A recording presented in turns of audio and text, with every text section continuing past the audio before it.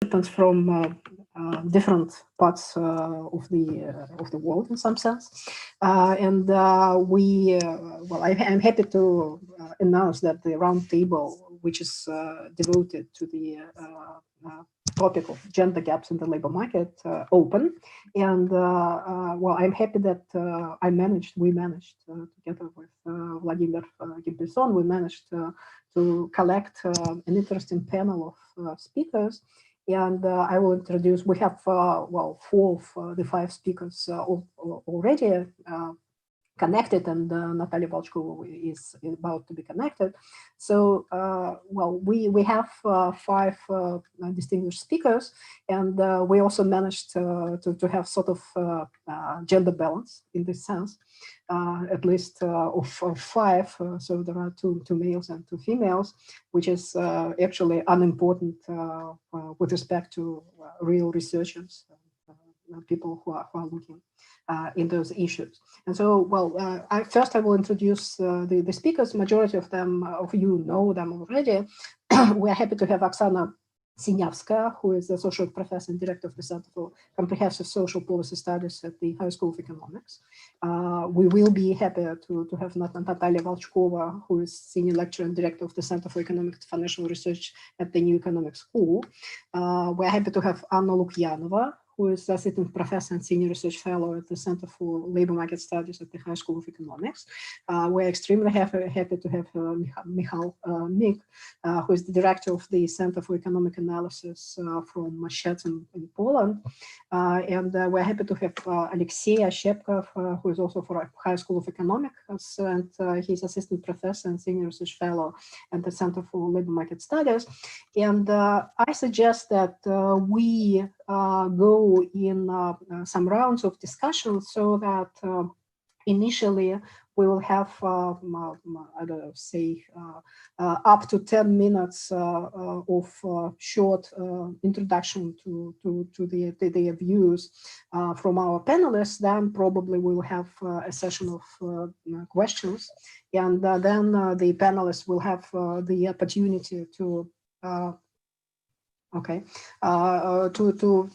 have an opportunity to answer partially the questions, or to answer the questions which arise in the discussion. And I'm so happy to have well, my colleagues who are interested in this topic, and I'm sure this is an opportunity for all of us probably to share our views on this, and also to have a discussion which could be highlighting in terms of potential topics of research. And one of the questions I would like our panelists to address is related to the potential issues.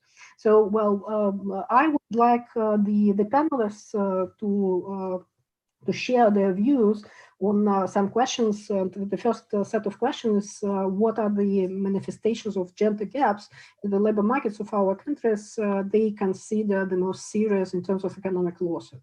And do they see any cross-country differences in transition countries from this point of view? This is one set of questions. Another set of questions is related to the changing, well, structure of economy and the digital age, which in principle, well, it's a question whether this new technology and the digital age is able to narrow the gaps, in particular the gender gaps in the labor market, or on the contrary, we could expect that the gaps would be exacerbated.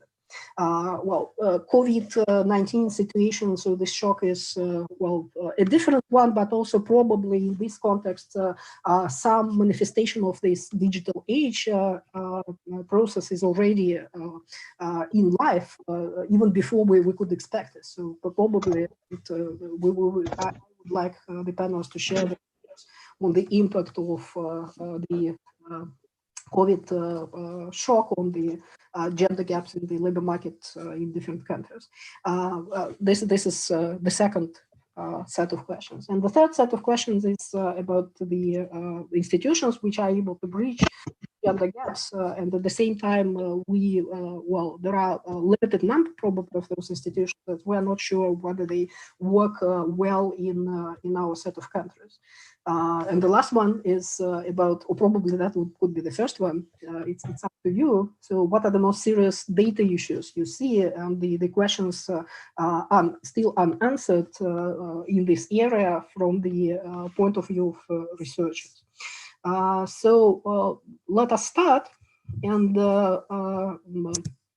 I suggest probably that I don't know, Anna Lvovna Lukyanova will start, and then it's up to the order is up to you in some sense, but probably then well, I could give the floor to Natalia Volchkova, because she will be she will have to leave us at some point. Then Mychal, then Oksana, and then Alexei, and the rest of the discussion is well, absolutely free. So please.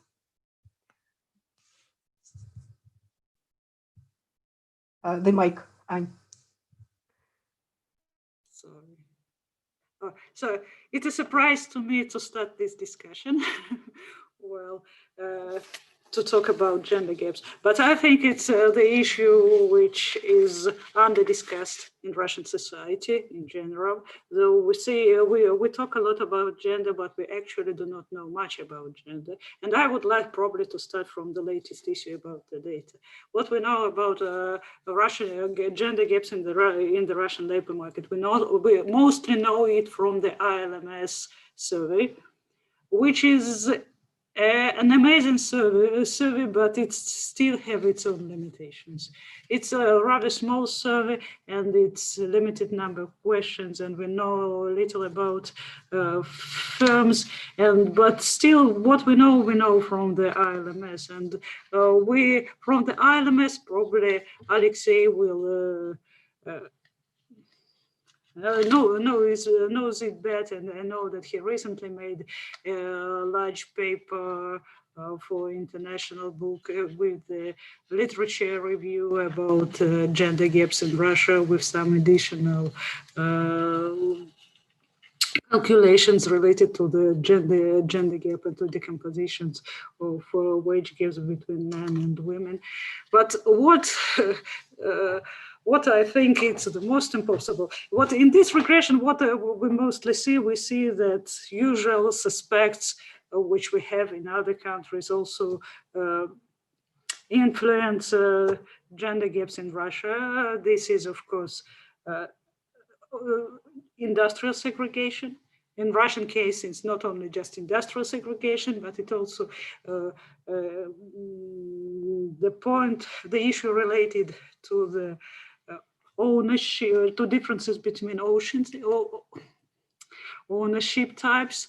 So many of Russian women are not just employed in health and education, but health and education are the industries which are highly under the influence of the state, and so government ownership is and budgetary ownership is the most important issue for this.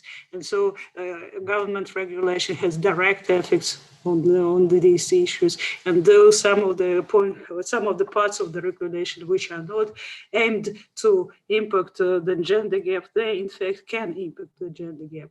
I mean, this is the whole story about the reform of wages in the budgetary sector and minimum wages. So these are not directly related to the gender policy, but in recent years, and this was shown in the data, that especially these policies had the most impact on the Russian labor market.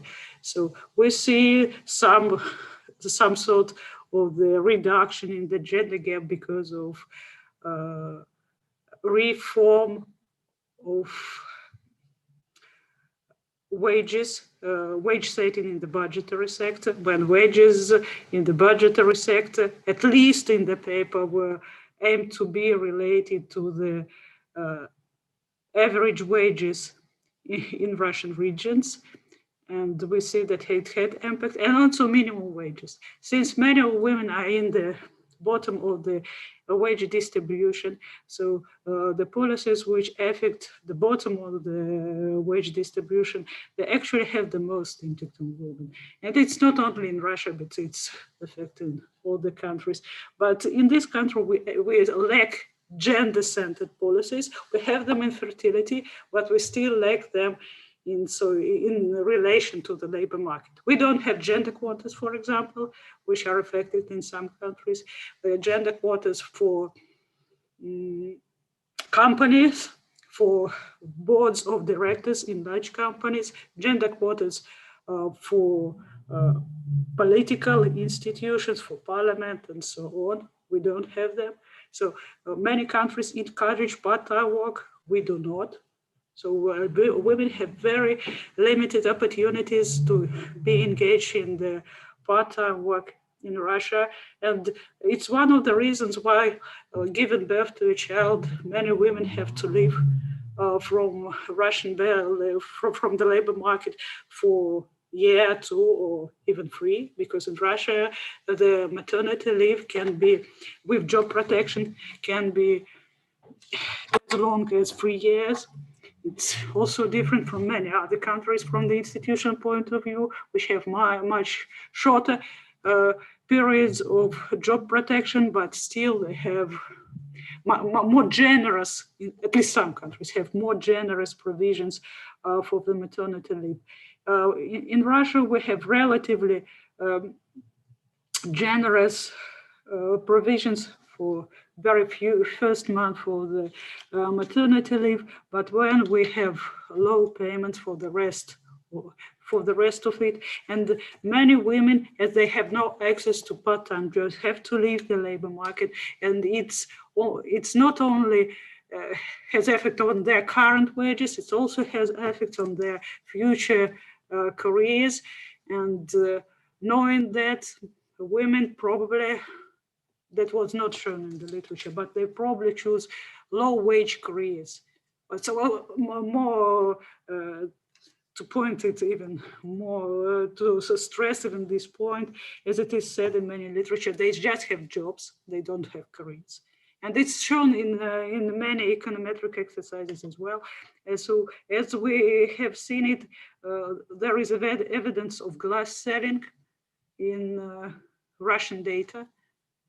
So where women at the top of the day distribution, they are more severely underpaid than women in the bottom of the distribution. But even women in the bottom of the distribution, they are also underpaid, but not that severely, and they have good explanations why they are underpaid. So most of the gender gap in the bottom of the distribution is in fact explained by the explanatory variables, why the gap at the top of the distribution is mostly unexplained, and is related to differences in the returns to characteristics. And it's a direct indicator in the literature of the class. What else? And the point I wanted to stress and wanted to also discuss is, as we may in econometric exercises, we see that, for example, industrial segregation plays a huge role. But in fact, I think that the real reasons for the gender gap are more deeply related. We talk a lot about gender inequality, but we don't talk much about gender roles, which is a sexy topic in the literature, but we still don't have many papers written on Russian data about gender roles. But in fact, in Russia, we have very conservative stereotypes of gender roles. And we don't talk much about gender equity in the family. More we talk about gender inequality, but we don't go deep in the family, and we don't talk, we have just very few papers talking about what is happening inside the family and why it turns out that women have to take these low-wage jobs when men take high-wage jobs, and they go for careers while women, even they have, say, 1 or 2 child, they still have these low-paid jobs. Well, I will probably join to the discussion later. So Thank you I so don't want much, to Anna. abuse with the time. Thank you so much. That's precisely the purpose. We start discussion and then we will intensify it. Yeah, Natasha. Yes, please. Given that you have to leave. Thank you, Irina, and colleagues for joining and organizing and joining to this session, because I think it is very important to talk at the Russian Economic Congress about the issue of research, about data, because this is the first thing we need to deal with. We need to raise awareness that there is not enough statistical data which allows gender disaggregation, which is essential for research. And we are looking for more papers and more data available for students, graduate students and researchers to dig into this topic. And this is important because there is a perception in Russia that given that Soviet Union was far leading the process of feminization and gender equality, there is still this perception that Russia is doing well, and that's we see in many settings a lot of anecdotal evidence when the issue that gender inequality is important for Russia in the economic perspective, it's disregarded, and this is why we need to back up the awareness with hard data and research. And if we look at Russia nowadays and we look how it progressed over time after Soviet Union collapse, so where we stand now, there is the data from World Economic Forum, which measures the relative position of countries in 4 aspects of gender gaps: economic gender gaps, education, health, and politics. And Russia is doing pretty well in 3 indices. In economy, it is really a bit further than average numbers. It's measured by gender gap in labor market participation and wage gap. In education, it is on world average, and in health, it is on world average because of the problem of male health, that we have a gap is in favor of women in that regard. And it's not the problem that there is no gender gap, it's that the issue that Russian males, they do worse in the area of health. And surprisingly, that for many people that not aware of the situation, that in politics Russia is far behind world average. We have really very few women in parliament, and 16% of parliament are women. We have in the government less than 12%. It's 4 and less women in out of 32 people of members of the government. And the most striking and illustrative number, which I like very much, because it's highlighted the idea, we have out of 88 governors of the Russian regions, we have only 1 woman. And that's, I think, shows the extent of the problem in governance. And these issues, how gender inequality affects decision-making at the government level, at regional level, at municipal level, that's very important, because there are a number of research in Europe and other countries which show that choices that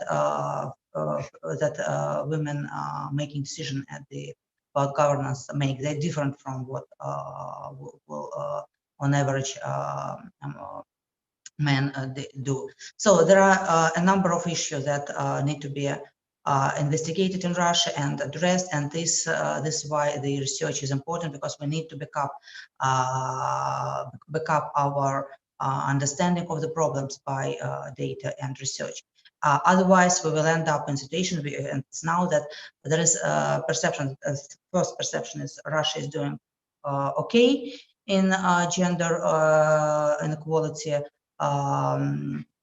problem, and the overall discussion is actually brought to us by West rather than it is intrinsic Russian problem.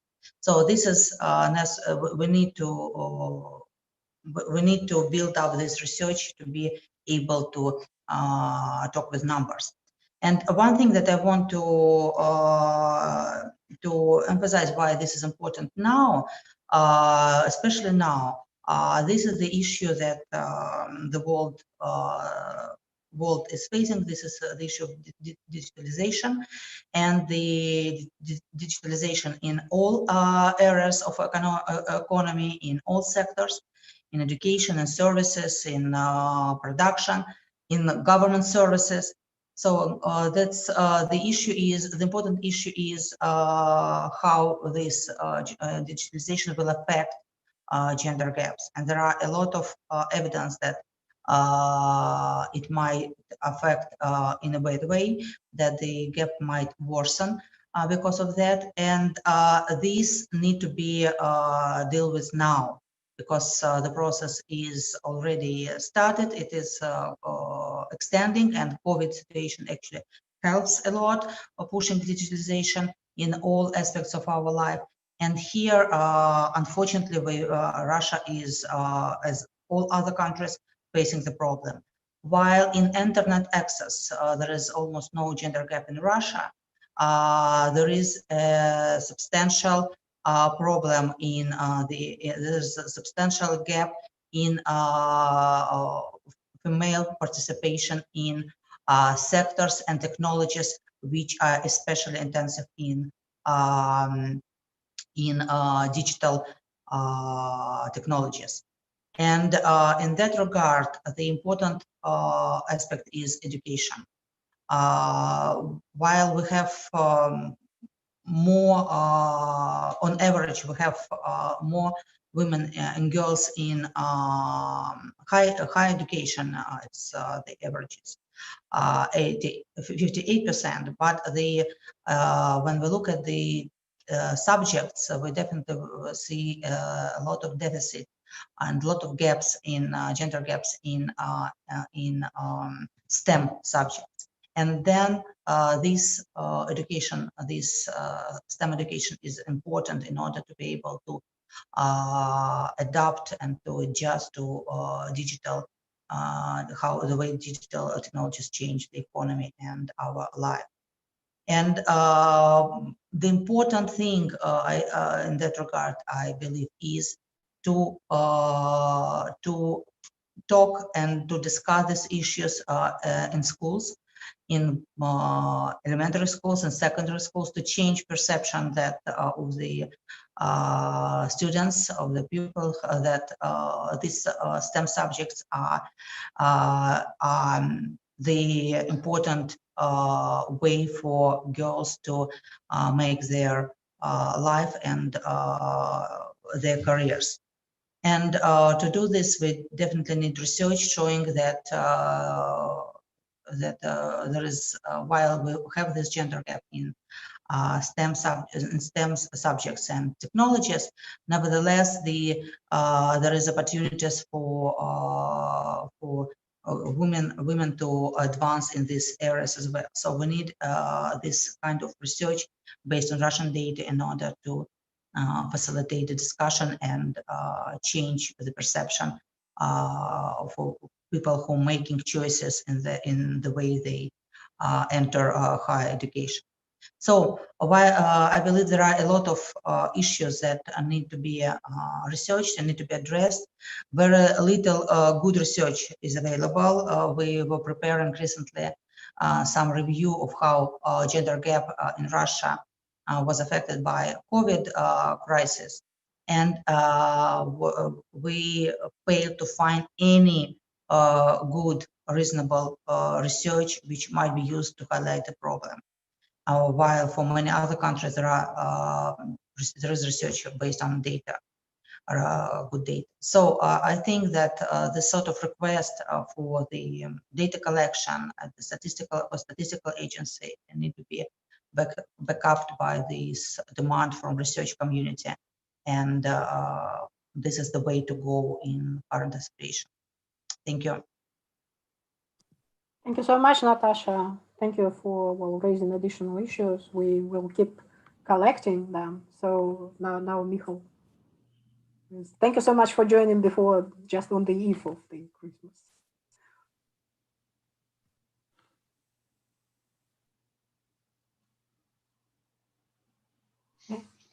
Yeah, Mychal.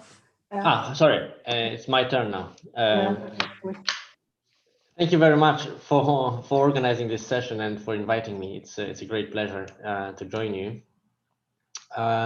You asked, Irina, which aspect of gender inequality is particularly important, and I think it's a very interesting but very difficult question to answer, because I think the different dimensions of gender inequality, and I guess inequality more generally on the labor market, are very strongly related.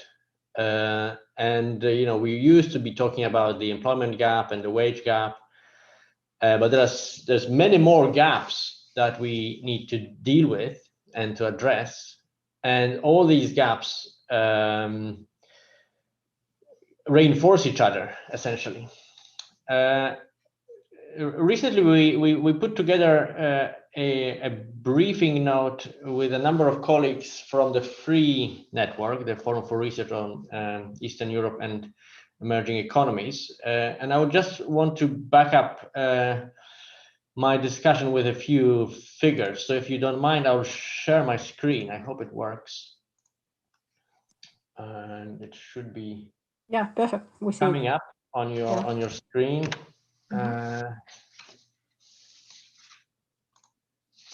Right. So I hope you can see it. Is that all right? Yeah, absolutely. Yeah. Okay. Great. So we've looked at we gathered some statistics on the standard gaps in standard labor market gaps from some countries in the region, and we grouped them together. Mychal, it disappeared now. Okay. The rocks. Oh, you see the it's back. okay. It's back. Okay, great. Okay, I put two screens, so that's why it's okay. Great. Okay. That's more interesting. So we've got the basic statistics on the employment ratio and the wage ratios, and some history, which Irina, you referred to at the beginning. The countries of the region started with relatively strong sort of basic statistics for the gender gap, and despite various worries and fears, not much has changed over the years. There's been some improvement, but at least in these basic statistics, things haven't, for most countries, things haven't got worse. Many of the Western countries caught up with the countries of the region in the last 2 decades, and that relates both to the employment rates and the wage ratio. Now, of course, this is only showing us the most basic picture, and we only see here the ratio of work and the ratio of wages, and of course that these raw statistics only tell us part of the story. We should look deeper into why these things happen and where the differences derive from, and where the inequality and the discrimination, at which point the discrimination happens, so to speak. But they are important from the point of view of thinking about about gender inequality in a life cycle perspective, which is I think important when we are talking about this topic, and when we talking about potential solutions or policies to address these inequalities. I think it's important to have this life cycle perspective in mind. And when we take this life cycle perspective, then the issue that Natalia was mentioned in her presentation comes to the fore, in the sense, and Anna also mentioned that, in the sense that all these different aspects relate to constraints and relate to social roles that men and women are given in the society, not only on the labor market, but more generally. And we also looked at that in the brief, and we looked at the how these social norms are changing, and if there is any indication that they are changing in the way that should make this playing field more even for men and women. We find that actually there is some hope in the sense that when we compare social norms from the 90s or early 90s and look at what's happening now, clearly the picture in people's minds of who is responsible for what and what are the advantages and disadvantages of men and women being involved in the labor market, this is changing. So on the left-hand side here, the graph shows you the situation in 1990 versus the situation in 2017, and the proportion of answers of people agreeing with different statements. When jobs are scarce, men should be given priority, and a preschool child is likely to suffer if his or her mother works. You can see that all these points, which represent different countries, are below the 45-degree line, which means that over time we are moving to a situation where less and less people agree with these statements. So the societies are changing towards a more equal and fairer structure. Now, it would be really important to understand what is the driving force behind these changes, and also what the consequences of these changes really are. And we can come back to the research on these issues perhaps in the later round. Similarly, on the right-hand side, you have the change in the proportion of people agreeing with the statement that the job is all right, but what most women really want is home and children. And there again, the proportion of respondents agreeing with this statement has been falling.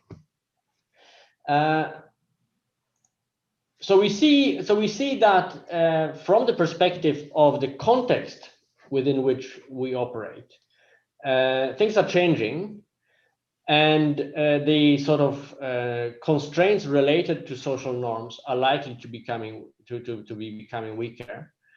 The question is now to think of a different layer of constraints, which is the more sort of structural and policy constraints that, of course, play an important role jointly with these social roles and social perceptions. So we need to think carefully, as Natalia was saying, about education. We need to think carefully about the structure of care systems, both care for children, but also care for older adults. And the issue of demographic changes is becoming a significant challenge in many countries of our region. And we need to be thinking of how to change the other levels of the system, which make the labor market unequal or more difficult to play on for many women. labor market regulation and generally the market regulation should help. And there is evidence that introducing more competition to a market actually reduces discrimination and allows a fairer set of rules for men and women.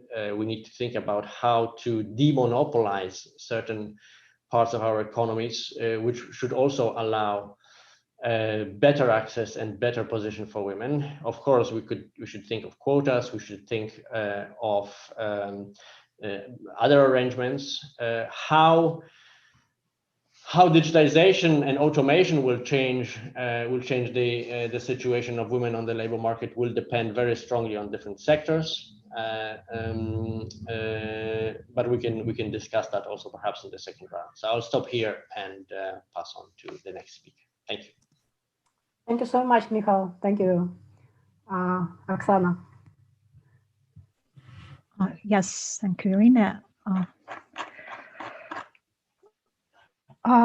First of all, I agree with previous comments and maybe with Anna that gender inequalities in labor market, to my mind, are under-investigated. And comparing to many other countries, I think we have a limited number of studies that we can rely upon.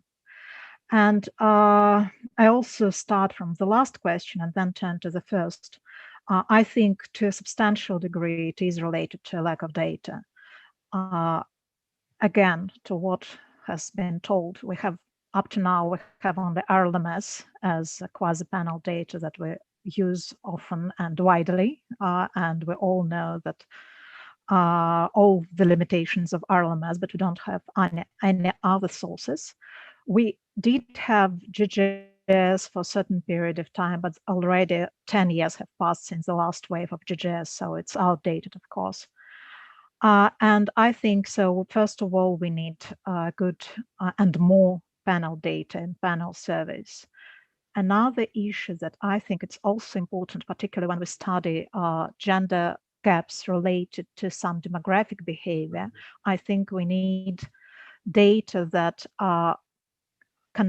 has information about particular dates and events. So we certainly need more data with biographies that can help us to construct both employment and, for instance, demographic biographies.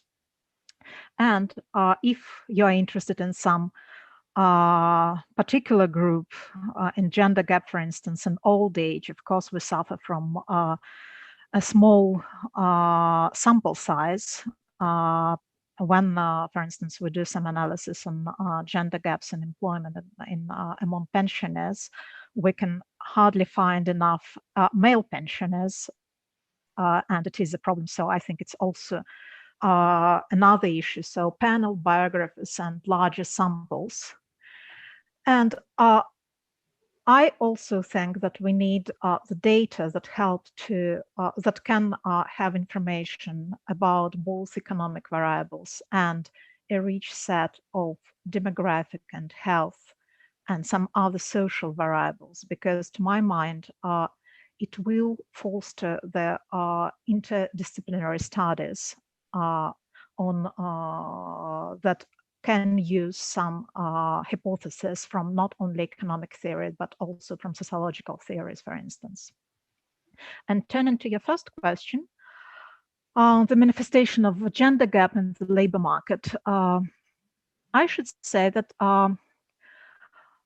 I'd like to say that on one hand, Russia looks quite well internationally if we're talking about employment rates of men and women, for instance, and just look at some crude data, including employment rates of women with children. Most Russian women, and there are empirical evidences confirming that, return quite quickly to the labor market after childbirth, and we do not have, for instance, a sharp increase of part-time employment or any kind of reduce in hours of women with children.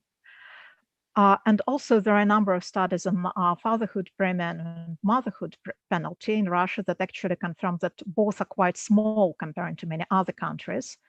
There is an interesting recent study of Alexei about small fatherhood premium, and there are several studies of motherhood penalty that actually, particularly recent studies, do not show quite a substantial motherhood penalty. So the highest motherhood penalty observed by Lyudmila Baroshkin and her colleagues was based on Novus data, so related to 2003 years, and it was about 12%, and later studies show 8% and then even 4%, which are quite small. And several studies say that actually this penalty almost decreased by the end of parental leave, or at least by the age when the child goes to school. So it's not a long-lasting effect. But we might expect that there are some penalties for for expecting motherhood. So we might not observe substantial motherhood penalty because the same factors that influence women's decision to return to labor market that influence existing gender wage gap. So we again can think about gender asymmetry and women high propensity to accept any kind of job, even lower paid jobs comparing to men. And I think that here actually exists in economic literature that does not provide solid explanations why they do so. So we have some explanations why we observe certain industrial or occupational segregation, but to my mind, they're not very comprehensive. And here I support Anna's comment on gender roles. Although Mychal told that we are observing a more egalitarian gender roles or decreasing traditional gender roles based on European Value Survey and actually on Generations and Gender Survey as well, I think that still we have a gap between, on one hand, sociological or socio-demographic studies, many of which are qualitative or do employ quite simple econometric methodology, and that do study gender roles and relations between demographic decisions and employment in broader context, including attitudes, for instance. And on the other hand, economic studies that are really nice and employ modern and sophisticated econometric methodology, but suffer from this broader look on the potential impact of a wider social context. For instance, we have some ideas that might help to explain this gender asymmetry in sociological studies which discuss the ideas of gender construction of male and female jobs, or that emphasize the role of gender attitudes in family and how family gender roles within family influence the decisions about employment and how they might influence the decision where to go. And we also have some sociological studies that talk a lot about women's fears related to motherhood, their fears, and they also tell us about negative employers' attitudes to women with children because of high probability of taking sick leaves and some other reasons of low productivity. So, and we do have these qualitative results, and we can't employ them until up to now in economic analysis. So I think that it might be a fruitful area of further research. And of course, it's also important in when we're looking at this issue from a life course perspective, because, for instance, there's gender asymmetry in labor market influence other areas of life. For instance, influence the gender gap in pension provision. And later we're talking about lower pension rights of women. particularly if they retire earlier than men. And so they have two factors influence lower pension rights by the age of retirement. And based on these sociological studies, I think that although we do not have substantial econometric figures, although econometric studies do not show us substantial motherhood penalty, these expectations about all negative factors related to motherhood, they influence women's decision to take certain types of jobs. And because of that, actually, we do need a lot of solid, comprehensive reconciliation policies that help people with children, that help parents to combine both parent and employment roles. And what we observe in Russia is actually a lack of these policies, except of those that I inherited from Soviet time. And actually current policy discourse for many decades even promote conservative views on gender roles and families. And the COVID impact even increase this problem, to my mind. We have, there are some studies in different countries like United States or Canada, Spain, Germany, some Asian countries that confirm that pandemic wasn't a winning position in labor market more than men's. They left labor market or reduce working hours more than men. And also they took more responsibilities at home, particularly in countries where these instruments to reconcile work and family life are not developed well. So for instance, in Europe, the increased burden of childcare and home task responsibilities is observed in South Europe, and it's much less evident in Scandinavian countries. So, and some countries introduced some change in leave policies in response to this pandemic. For instance, some European countries introduced the possibility of taking short leaves to take care for children who are at home, or they are allowed to divide parental leave to use this in times of pandemic. And if we look at Russia and some other post-socialist countries, they do not this. So the issue of reconciliation, work and family life was completely forgotten, and it was absent in the discourse of anti-crisis measures. So to my mind, we also, that this pandemic will increase gender gap in Russia as well, when we're talking about labor market. And finally, turning to the your issue about policies, I agree with Mychal that actually the institutional factors are very important when we're talking about gender gaps. And in addition to what previous discussants told to education and quotas and part-time regulation, I again return to what already been told, I think, by Mychal particularly. I should stress the importance of so-called social investment policies that facilitate people's ability to combine work and family life at different stages of their lives. So that includes flexible parental leaves.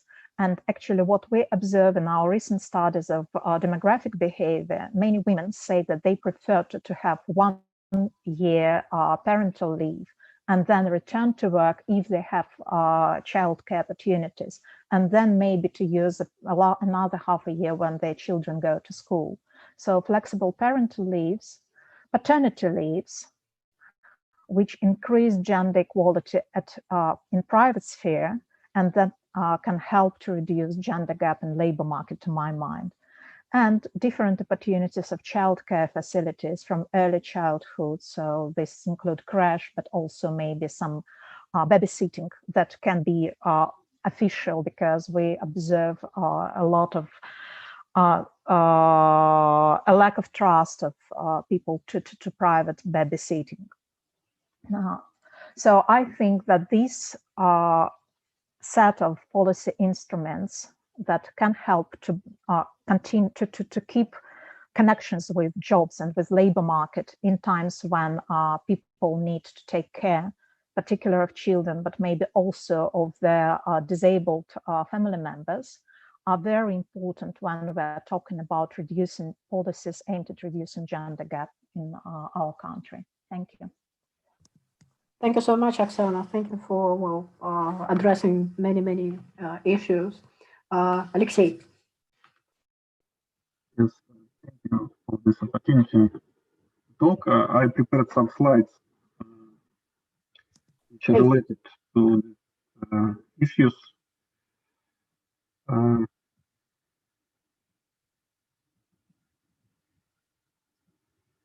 So for me, the most important and maybe interesting manifestation. Can you see my slides, my screen? Yes. Okay. Not full screen, but yes. Sorry. Yeah. Do you want it full screen? That would be. It's up to you. Now? Full, Is yeah. okay? Great. Yeah. Okay. Thank you. Yes. For me, the most important and interesting manifestation of the gender gap is, of course, the gap in pay.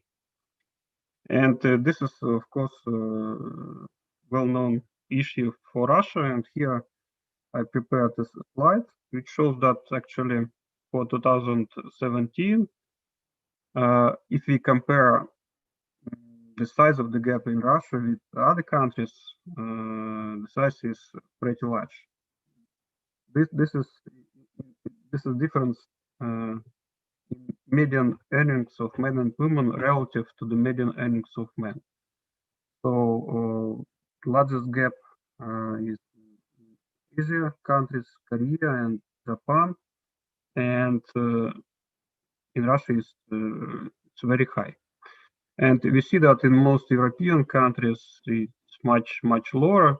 And for me, it suggests that we could try somehow to reach this level, this lower level of gender pay gap, and to decrease it to the level existing in other countries. Of course, the question is how to do this. This is, of course, only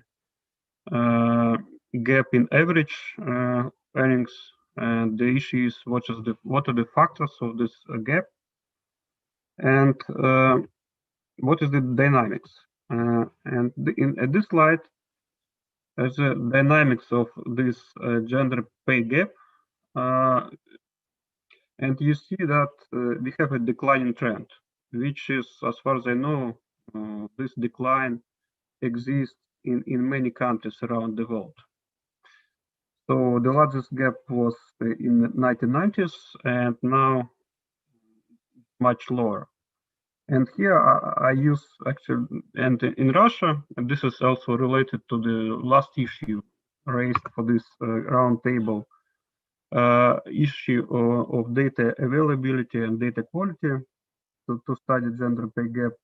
Actually, to draw this figure, we can use only two data sets, two databases. One is RLMS HSC data set, which is well known, and the other one is so-called occupational wage survey, or OZPP in Russian. So actually,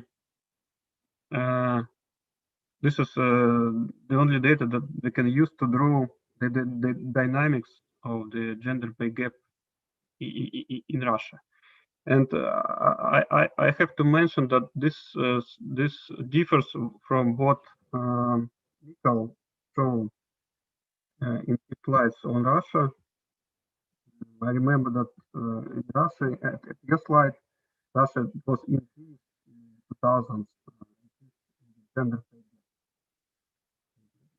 like it was in Ukraine and Russia. Maybe not was very clear then because of from my point of view, the gap was declining. Yeah, so the trend was very similar to the trend that existed in other countries. And this is So if you want to understand what are the reasons of this gap, and we use well-known RLMS data, and this is results. Sorry, this is results of the decomposition. Very standard. Sorry, have problems with my. Okay, this is problems with my.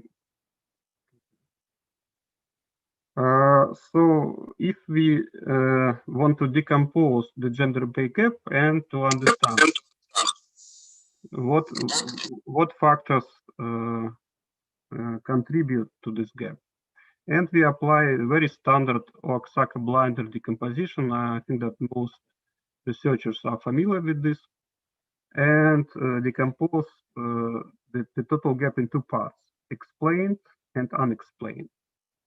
Okay, and as usual, usually we expect as economists that gender pay gap may be explained by a set of traditional economic factors. First of all, differences in human capital. Second, employment segregation by gender, occupational segregation, and industrial segregation.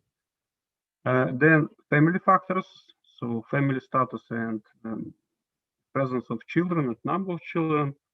And we can also try to understand the role of working hours if we work with monthly wages. Okay, and so if we apply very standard decomposition to LMS data, we receive that we explain only about a third of the total wage gap that we observe. Okay, so and this is very similar, actually, very similar to what we know about other countries. And there is a very good review paper by Blau and Kahn, very well-known economists in this field, which was published in the Journal of Economic Literature, which makes a very good review of literature on the United States. And they show that actually this traditional set of economic factors is not able to explain a large part of the gap. So, and in Russia, in some sense, we have very similar situation. Human capital, employment segregation, family, even if we add to this family factors, are not able to explain even a half of the gender pay gap. And so the issue remains about the sources of this gap. And this is just the structure of the explained part of the gap. So which factors contribute make the most contribution to the gap? And as many of you already mentioned, the largest contribution comes from employment segregation by gender, so industrial and occupational segregation, and human capital variables, they influence to the opposite direction. So the advantage of women over men in human capital variables, first of all, in education, it helps to reduce this gap. This is we can see that we have negative values, and so if you decompose monthly differences in monthly wages, then we can see that, of course, women work at the labor market relatively less hours than men, and this contributes to the gender pay gap in monthly wages. But again, a large part of the gender pay gap cannot be explained, at least in this, when we apply this very standard decomposition methodology. And also, I would like to add this one of the possible expansions of this analysis. Many of you mentioned the role of possible role of social roles, or social stereotypes, or social attitudes between men and women. And I agree that in Russia, in these terms, rather traditionalist countries, so the role of men is breadwinner, and the role of women is housekeeping and childcare. But still, another possible direction is gender differences in psychological characteristics, what is called personality traits or non-cognitive skills. It depends on. So there are many definitions of this possible psychological traits. And when we take RLMS, we have such questions in RLMS for 2016. And indeed, we can see that men and women are different in psychological traits, including risk and time preferences. And the issue is, is it possible that this can explain this difference between men and women? Psychological difference can somehow contribute to the existing gender pay gap? Well, I made first decompositions, and the result is that this contribution of psychological traits is not very high. Actually, it's very small. So it contributes only about less than 1%, and it increases the explained part of the gap only by less than 1%. So in this sense, this direction of analysis is interesting to consider. How to say? To consider non-economic factors that could explain existing gap. But at least for Russia, it may be not very. It might be not very easy to show that we can use this direction, like expansion of traditional variables, to understand the gap. And concerning social roles, I think that it will be very interesting to measure and to quantify their role in the gender gap. And from my point of view, this is the most, how to say, most interesting agenda for future research, especially for Russia, because we have already many papers that study the role of economic factors in gender gap, but very few papers, as many of you said, that include non-economic factors in quantitative analysis. Okay, and thank you very much. I have a couple of other slides, but I will finish later. Okay. Thank you so much. So thank you so much, the panelists, for well addressing the questions I suggested for discussion, and also for raising well many interesting issues.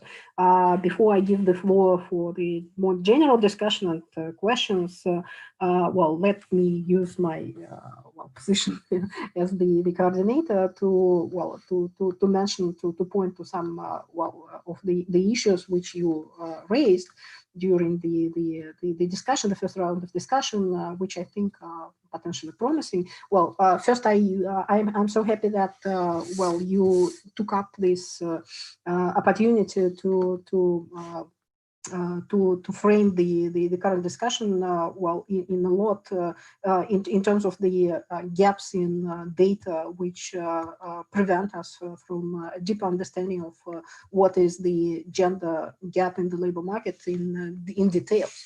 Because as compared to many other well studies in the advanced in this sense. Economists advanced in the sense of the well, understanding of what happens.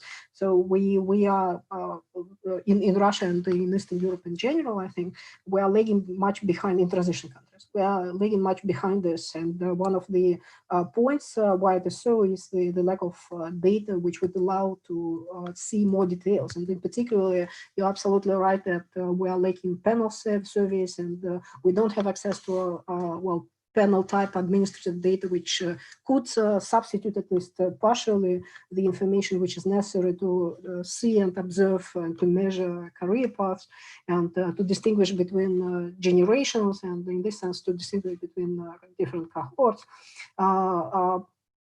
Also, well, big data in some sense would provide some opportunity, but not with respect to the well, panel component or dimension, but at least probably in additional mechanism, additional tool to measure, I don't know, attitudes in some sense in society, to measure attitudes towards those sensitive issues, and we could potentially, I don't know, use this at some point of time. The second issue, I think, which, well, at least for me, that was very important, is the issue about different economic regulation types, which are relevant and which affect the shape, the situation, at least in the Russian labor market. This is about the absence of practical not usage of quotas, which show internationally a promising instrument with some limitations, but they do produce well, reduction in the gap in this respect, but also about the regulation and the possibility and availability of part-time jobs, because the labor market regulation in this respect, well, at least as I can see it, well, we do observe, we all know that we do observe some equilibrium. But the question is whether there is, say, well, unmet demand for more but attractive part-time jobs, and there is a lack of not only supply but also the understanding of the part of the suppliers of part-time jobs that could I don't know, be potentially beneficial if we move from one equilibrium to another one. And the question of how do we get from one equilibrium to another one is a separate issue. In addition to this part-time regulation and well, not widespreadness of those part-time jobs, it's also, well, probably the issue of fixed-term contracts, which also changed the situation, because now we practically well, we don't have not fixed-term contracts, and so they also shape and affect the decisions about careers and the positioning in terms of family work balance. And yet another issue is about this well, digital age and these STEM professions and potential of the risk of having this of having even a higher gap if, for example, the motivation for careers and motivation which comes also from the well, individual and family perception, but also on top of this is also channeled through mass media and through different sources of information that probably so those STEM professions are really not for females, and this also shapes the careers and the plans about careers, and that could probably well, we could see the deterioration of situation. And here, well, it would be interesting to have additional research and to get a better understanding of whether do we see some changes in terms of different generations with this respect. So, well, is it true that I don't know, for example, in my generation, many girls they were oriented to go to engineering professions or I don't know, some technical professions, and probably I don't know, but because that's uneducated in some sense. Yes, is that in the younger generation there are less and less plans like that, and what is the role of I don't know, mass media, which also shapes the behavior in particular of younger generation? It's also an open question. And the last one, which issue probably which I would like to attract your attention to, is Mychal showed the favorable dynamics in terms of these perceptions about gender equality in society, and at the same time, I don't know, once again, given that we do have problems with measuring those issues, my at least perception is that probably that here in Russia we do move probably in terms of measuring values we are there, but in terms of realization of potential in the labor market and in professions, we are moving slightly in the different direction. So is it the question that is there a demand for, I don't know, better realization of females in professional as well, and the lack of channels and institutions which affect those taking decisions, so that this mismatching demand and the realization of this potential, something is made there. First, I'm not sure that there is a mismatch. And second, I do have some perception that probably there are some problems with the channels in terms of changes which are to be confirmed by political decisions, so that the situation is changed more favorably in comparison to the Soviet Union time. I will stop now, and I'm happy to open the floor for questions, answers, and more decentralized discussion, given that we have slightly more than 15 minutes, and there are people who came not only to listen probably, but also to discuss the issues. So I do open the floor for this.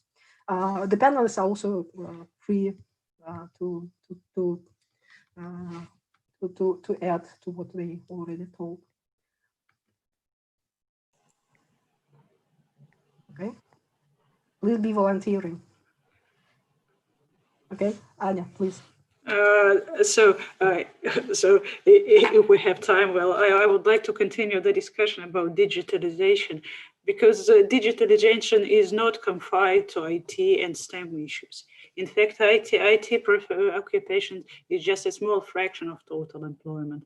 And so as we see now during the COVID situation, especially, it's actually highlights all the issues with digitalization. The digitalization is actually a concern of all occupation, or at least of most occupation. It changes the way how occupation structures, and most of the increasing digitalization of occupation is actually goes not in terms of restructure employment towards more digitalized occupations such as IT occupation, but actually digitalization goes within occupations. So ordinary occupation became more digitalized, as taxi drivers, as doctors, as teachers, and so on, all the occupation actually.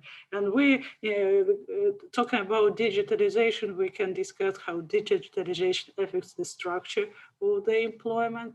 And so we can see that, and whether it affects the structure of male and female employment in different ways. In fact, it affects male and female employment in different ways, but there are not just that one gender loses and the other gender wins.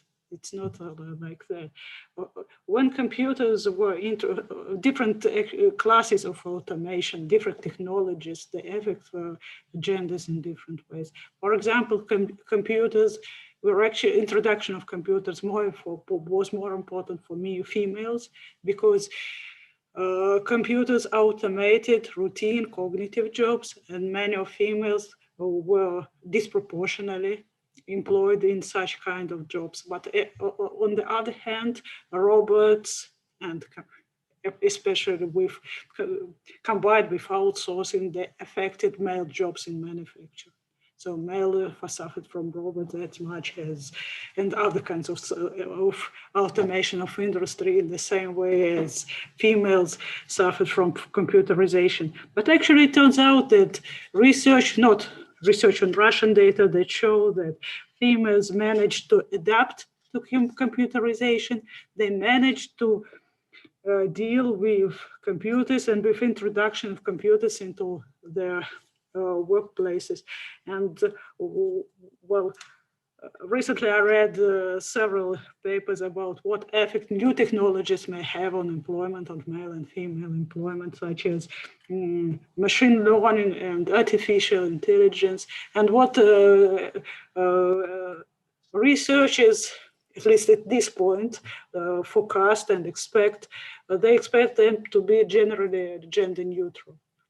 So they will affect trade, and we see already them affecting trade as online training becomes more available. But it also affects logistics and transportation, where mostly males work.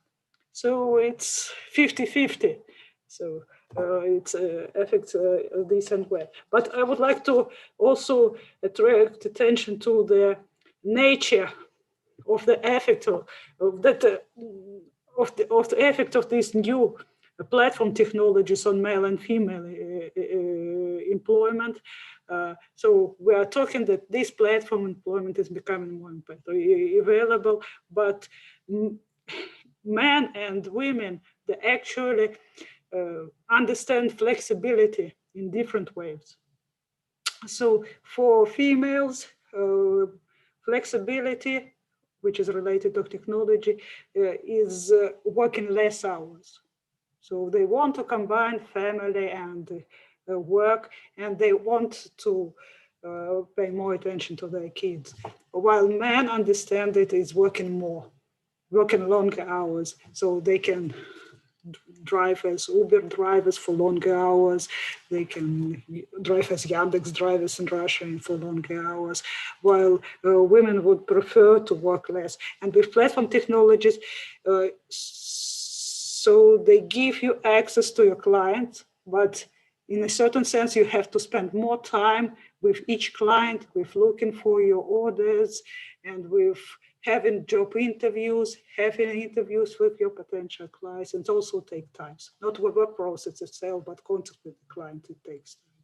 So that is why females are not, in fact, often able to take all the advantages and all the plus sides of the platform economy. And I would also to say, we are not taking much here about discrimination. And economists in later years, which I notice, are very shy to talk about the discrimination. But in fact, it still remains the issue. It's often that we can't measure discrimination, and we see, oh, it's just an unexplained part. We don't take it. It's more about selection and all the other stuff. But in Russia, I think it's an acute problem, because we don't have even an anti-discriminatory law.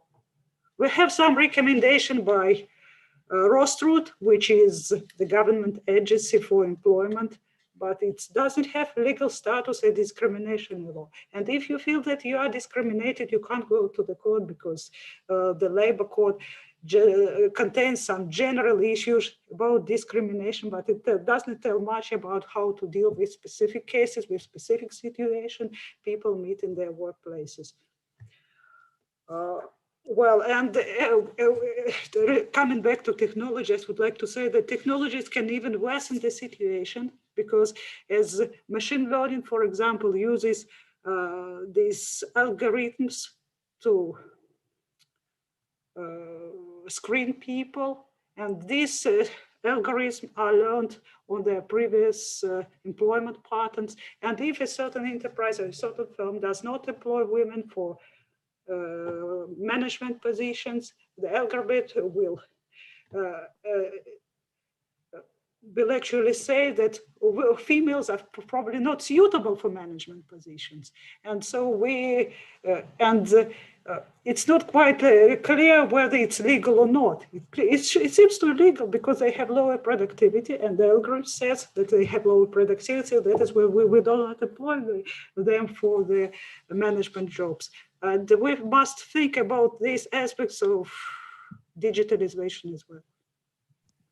Thank you so much, Anna. Thank you. Mychal, you wanted? Yeah, okay. Yeah, thanks a lot, Anna. Clearly, the discrimination is the key issue here, and that's where I think the overlap between social norms and structural factors comes together. We were talking about legal issues, and there are formal constraints, and these together with social norms reinforce each other to, in some sense, make discrimination part of the story, and it's these two sets of factors that are extremely important in terms of reducing these gender gaps and reducing discrimination overall. But I wanted to come back to the story of constraints and the story of how policies could change the relative situation, and it's the relatively well-known and simple solutions that should come first, with good provision of childcare and with a different structure of career paths and pay in the public sector. And I think there are, apart from these slowly changing norms that will perhaps eventually improve the situation, there are many official structural constraints which need to be lifted and which can be addressed through policies, which can improve the situation of women in the labor market in Russia, but more generally in the region as well. Coming back to the issue of the data that many of you raised, this is a point that is mentioned very often, not only in Russia, but in many countries of our region. We talk about it in Poland as well. There are, as you all know, there are very good examples of which can just be, literally copied and applied in our countries. We all need more panel data, and we all need more information. And I guess, having worked with different types of data, we realize that, although it would be nice to have access to administrative data and they can tell part of they can answer some of the questions we have, there is no replacement for a good large good panel survey, and efforts to establish that, well, I guess continue in Russia. They do continue in Poland. We try to do that as well. We've been assisted in some sense through the membership in the European Union, but some policies and some solutions are only available at country level. In Poland, we're part of the SHARE survey of health, aging, and retirement in Europe. And that provides a very nice and a very informative template for a really good interdisciplinary survey The question, of course, is how to organize it and how to fund it, because good surveys are extremely expensive. But surveys like that also, the advantage of such surveys, in particular if they can be coordinated at international level, is that they not only encourage joint work of researchers from different disciplines, but also encourage very fruitful international cooperation. So thinking together along the lines of how to organize internationally comparable surveys is a very important direction forward for all of us. Thanks. Thank you so much. Well, Oksana, Alexey, do you want to answer? Yes, please. Yes, I can make some brief comments to what we've discussed, to attitudes, maybe structural factors and digitalization. First, Irina, back to your comment about attitudes and structural factors. I think, first of all, what we observe in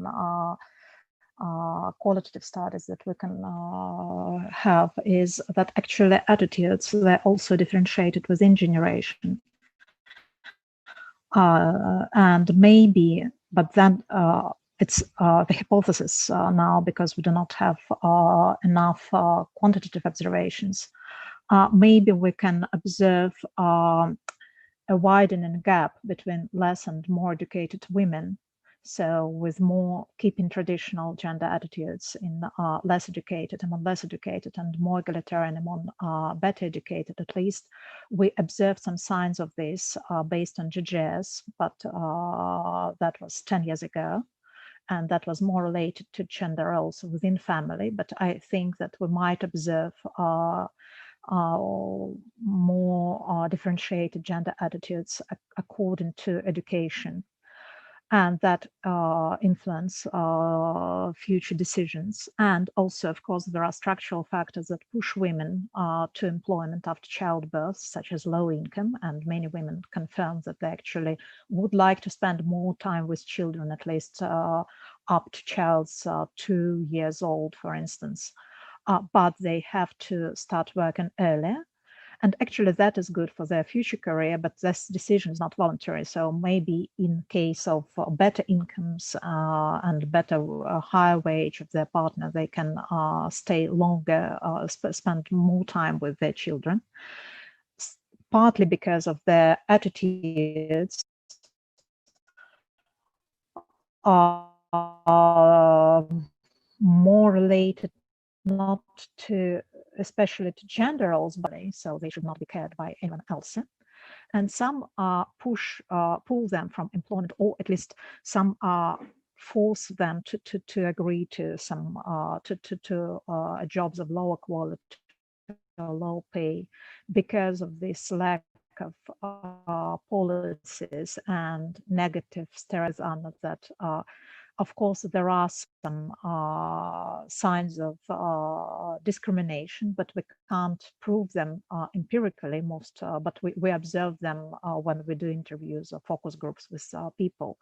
But this agent with gender stereotypes, they're actually changing across the life cycle. What we observed, for instance, several years ago when we had a focus group with people about employment and retirement, that in old age, starting from 45, there are signs that old men are more discriminated than women. And at the same time, we observe negative attitudes of employers to young women who are potentially mothers or who are mothers, and negative stereotypes toward productivity or potential productivity of men older than 45. So there are more complex stories that we can expect just looking at some national average data. And this brings us to the story of interrelation between these policies that were discussed in digitalization. I agree that it affects differently men and women, and I do not expect actually that women should suffer more, at least on average. They are the digitalization might affect, for instance, in addition to what has been told, digitalization might affect more service sector, where actually more women work. They affect less the service sector, where more women work. And for instance, it also produces more opportunities for teleworking that can be employed by women with children. And that is good for them, but only in case if we have better policies aimed at this reconciliation of work and family life, including leaves and including childcare. So I do not think definitely negative effect of digitalization on widening gender gap, but I think the situation will be different. And actually, I think that it can be even better, or it can improve in a more higher professional positions where people can use more teleworking and benefit from that. Thank you. Thank you so much. We are, we came to the limit of our time allowed for this roundtable. Unless there are some urgent remarks, then let me thank you so much, the panelists and those who, except panelists who are also present here. I think that was a very interesting discussion and exchange of ideas, and I wish we could I suggest that we find time periodically to discuss those issues, not discussing details of econometric estimations only, but also wider, given the wider angle, which could result in additional interesting projects and results, and which could provide evidence to highlight the potential even decision making. And at least to understanding of the situation in our set of countries. My special thanks to Mychal, who is really on the very eve of Christmas, because, Russian Christmas is slightly later. So that I do wish you on the, all the happiness in the new year, and take the opportunity to congratulate everybody with the coming new year, and hopefully 2021 would be, better as compared to this one, but this one is okay. So given that we're still in 2020. Thank you so much. Thank you to everybody. I really enjoyed it, and thank you so much.